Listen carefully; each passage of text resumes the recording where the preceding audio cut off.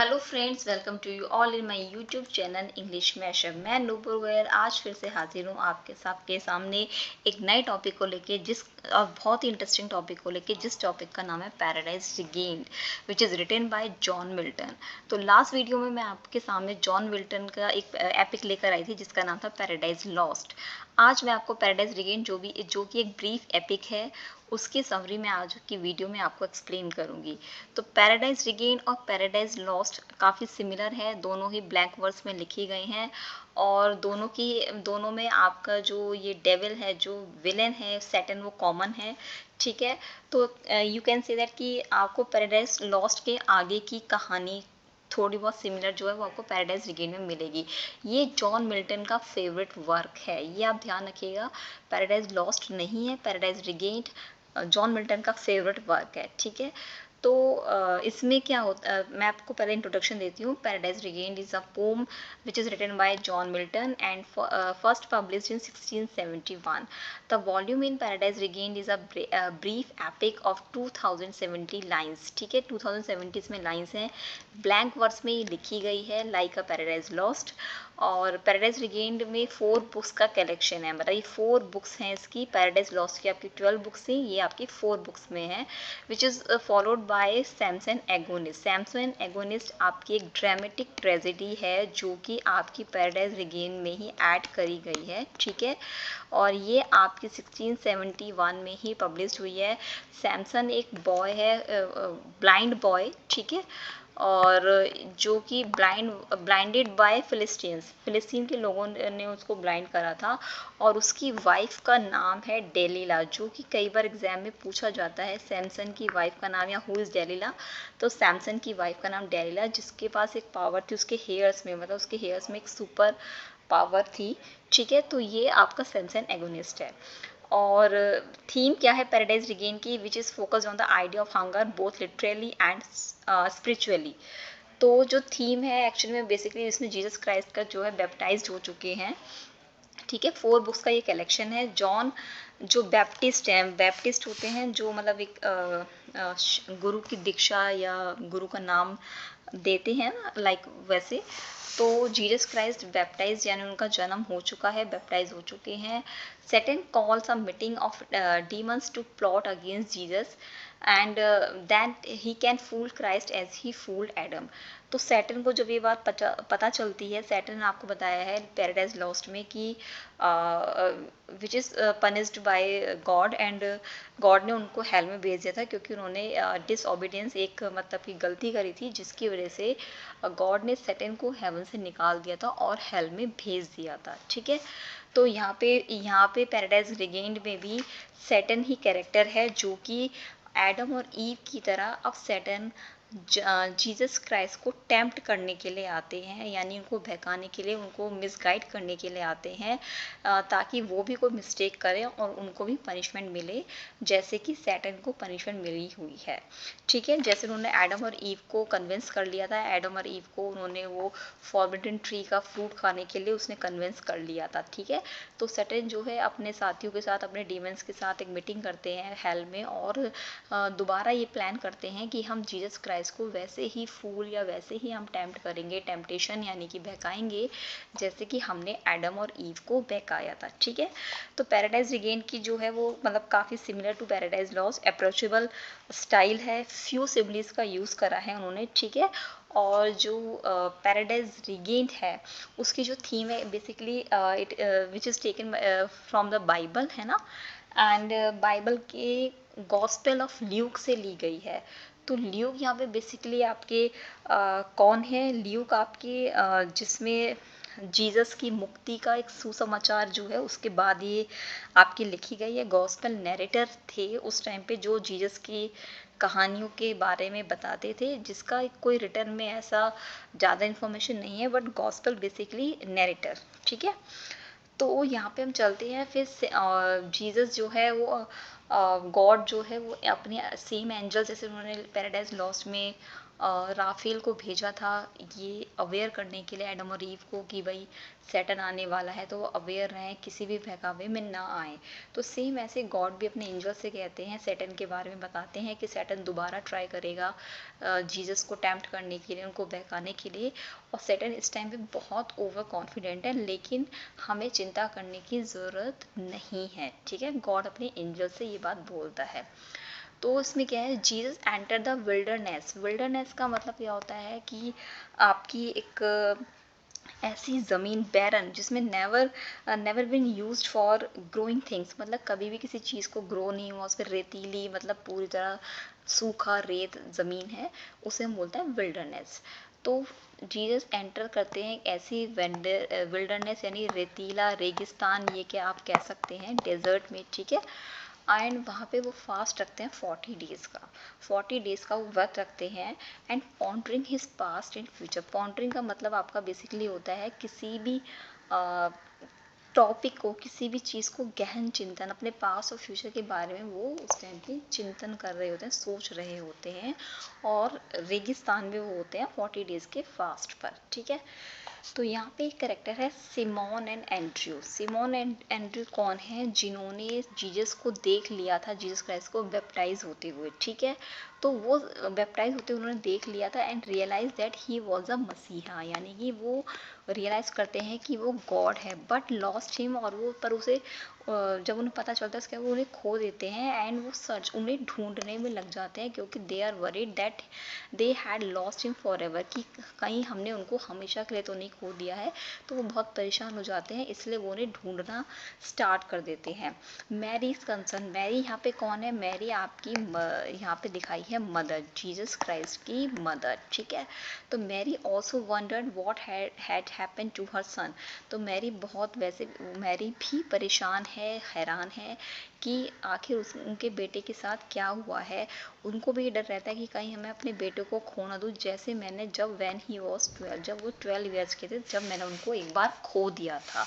तो सेम ऐसी मैरी भी बहुत चिंतित है, परेशान है। यहाँ पे सैटर्न की वार्निंग आती है। सैटर्न ये सब देखता है कि जीसस क्राइस्ट ने जो है फास्ट रखा हुआ है 40 डेज़ का। तो सैटर्न ये सब देखता है, और Satan return to his demons and warned them that the temptation would be much more difficult than the fall of man। और वो अपने डेमन्स को, यानी अपने राक्षसों को, अपने साथियों को बताता है कि इस बार जीसस को टेम्पटेशन करना, यानी कि बहकाना, is much more difficult than the fall of man. Fall of man किसकी थीम थी, पैराडाइज लॉस्ट की। यानी कि वो कहना चाह रहा है कि पैराडाइज लॉस्ट की तरह इतना आसान नहीं होगा जीसस क्राइस्ट को मिसगाइड करना, अपनी बातों में कन्विंस करना, और किसी भी गलती को करने के लिए उन्हें मनाना इतना आसान नहीं होगा। तो ये बात सैटर्न बोलते हैं अपने जो डीमंस हैं उनको, वो ये बात बोलते हैं, ठीक है।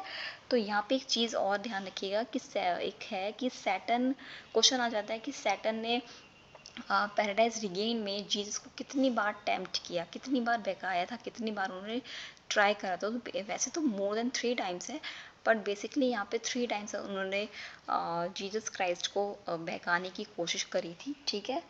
तो फर्स्ट तो जो उनका अटैम्प्ट होता है वो यही होता है कि जब उन्हें पता चलता है कि जीसस क्राइस्ट ने 40 डेज़ का फास्ट रखा हुआ है, तो वो उनका फास्ट को खुलवाने के लिए उनको ब्रेड, यानी कि रोटी का ऑफर करते हैं। पत्थर से रोटी बना देते हैं, जहाँ पे वो स्टोन्स पड़े होते हैं।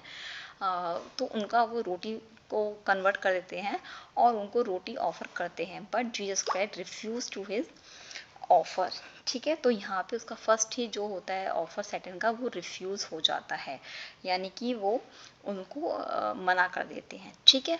तो नेक्स्ट हमारा इसमें अब हम चलते हैं बुक 3 पे।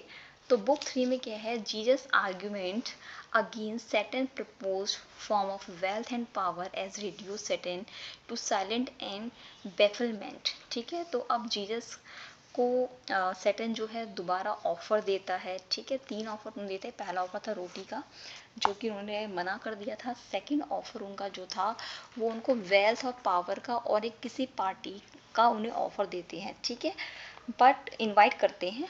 बट और मनी, सब बहुत सारे पैसे, वेल्थ का मतलब क्या, मनी और पावर देने के लिए उनको बोलते हैं, बट सैटर्न जो को वो मना कर देते हैं। तो सैटर्न मतलब बहुत ज़्यादा हैरान हो जाता है कि इस तरह से जीसस कैसे मना कर सकते हैं, है ना। तो Satan calling attention to Jesus apparent virtues, Satan criticized Jesus for hiding his gifts and calls upon Jesus to become a leader. तो जीसस के जो वर्च्यूज जो गुण हैं उनको देख मतलब उनको ध्यान में रखते हुए उनको याद दिलाते हुए सैटन जो है अपने जो गिफ्ट्स वो लाए थे उनको हाइड करते हैं, छुपाते हैं और जीसस को एक लीडर बनने के लिए प्रवोक करते हैं और उनको बोलते हैं, ठीक है। तो यहाँ पे जो सैटन है वो दोबारा उनको एक प्रपोजल ऑफर देता है मनी का, पावर का, बट वो उसको रिफ्यूज़ कर देते हैं, ठीक है। जबकि वो बताते हैं कि हीडोनिज्म यहाँ पे एक वर्ड है, हीडोनिज्म क्या होता है, pleaser is most important in life, मतलब खुश रहो, मतलब अपनी लग्जरी लाइफ को जियो, तो इस तरह से वो बोलते हैं, लेकिन वो जीसस क्राइस्ट जो है वो रिफ्यूज़ कर देते हैं।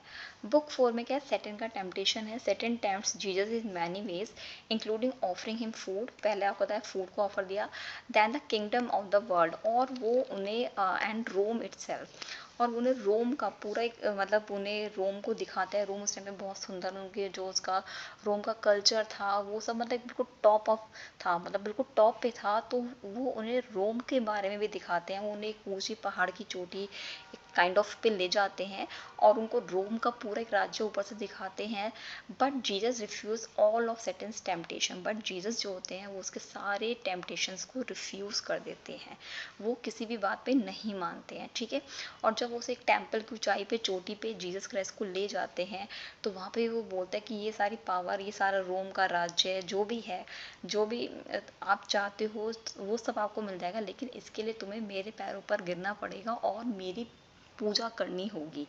तो सैटन क्या बोलता है कि तुम्हें इसके लिए मेरी पूजा करनी होगी, but Jesus refuse all of Satan's temptation, but Jesus जो होता है वो सारी उसकी जो ऑफर्स होते हैं उसको डिनाई कर देता है, उसको रिफ्यूज़ कर देता है।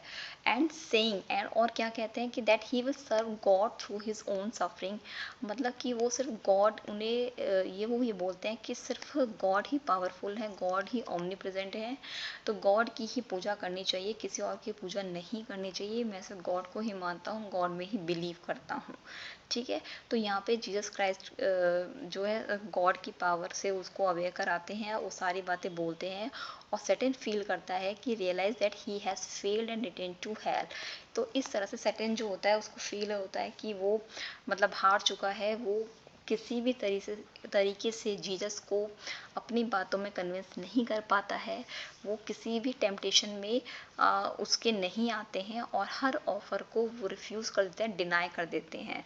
तो क्योंकि एडम और ईव जो थे वो बहुत जल्दी कन्विंस हो जाते हैं और वो उसके कहने पे गार्डन ऑफ ईडन का फ्रूट खा लेते हैं, लेकिन यहाँ पे जीसस क्राइस्ट जो होते हैं वो किसी भी तरह से उसके किसी भी लालच में नहीं आते हैं। तो सैटन जो होता है वो वापस हेल में चला जाता है और जो एंजल्स, जबकि जो एंजल्स होते हैं वो हेल्प करते हैं जीसस को वापस ले जाने के लिए, कहाँ पर, उनकी मदर मैरी के पास। तो वो उनकी मदर मैरी के पास उनको ले जाते हैं, सैटन जो है वो वापस हेल में चले जाते हैं, ठीक है। उसके बाद वो जेरूसलम भी ले जाते हैं और वहाँ पर सैटन जो होता है उनको गिरने फेंकने की कोशिश भी करते हैं, नीचे गिरने की, बट जीसस जो है वो गॉड की प्रे करते हैं और लास्ट में जो सैटन होता है मतलब कि वो हार जाता है और हेल में चला जाता है। तो इस तरह से ही पैराडाइज रिगेन की छोटी सी स्टोरी 4 बुक्स के कलेक्शन है, 4 बुक्स में, और 2065 अराउंड 70 अराउंड लाइन्स में ये लिखा गया है, ब्लैंक वर्स में है, यानी कि राइमिंग स्कीम नहीं है, कोई तुकबंदी नहीं है।